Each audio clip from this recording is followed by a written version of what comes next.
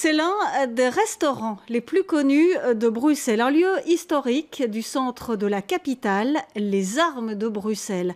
Le restaurant va être repris à la clé des licenciements. Alors Jennifer Istas, vous êtes sur place, le personnel a décidé de partir en grève.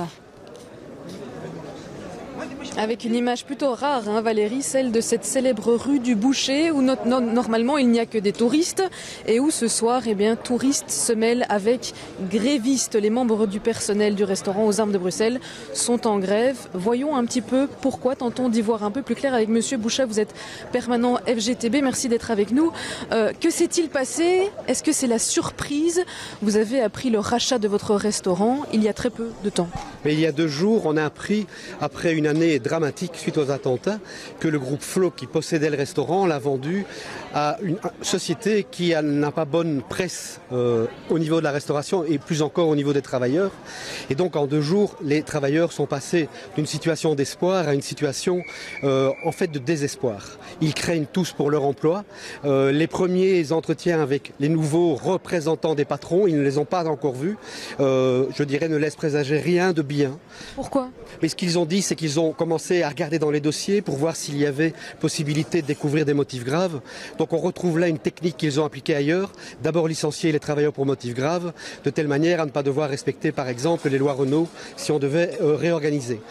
Dès lors que le travailleur est licencié pour motifs graves et qu'il gagne en justice, c'est dans 3 ans. Et le problème pour eux, ils ont gagné du temps et ils peuvent faire les dégâts sociaux qu'ils désirent faire. Vous me le disiez il y a un instant, cela reflète finalement un problème de secteur.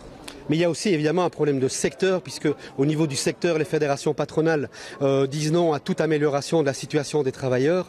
Et donc globalement, dans le cadre général, il y a un mot d'ordre d'action qui a été décrété. Et puis ici, c'est une action locale dans un restaurant où on sait, on pense, on imagine que comme cela s'est passé au Brasserie Georges par exemple, ou dans d'autres restaurants que le groupe a pu acquérir au fil des 12 dernières années, il y a eu des hécatombes sociales, des régressions sociales, des suppressions de droits acquis. Et donc, les premiers signaux sont hyper mauvais, raison pour laquelle le personnel a décidé immédiatement d'arrêter. Très bien, merci Monsieur Bouchat. Vous voyez Valérie, les membres du personnel sont très unis. Il n'y aura donc pas de service ce soir au restaurant aux Armes de Bruxelles. Ils verront dès demain ce qu'ils envisagent pour les jours à venir. Merci beaucoup Jennifer Istas en direct du centre-ville.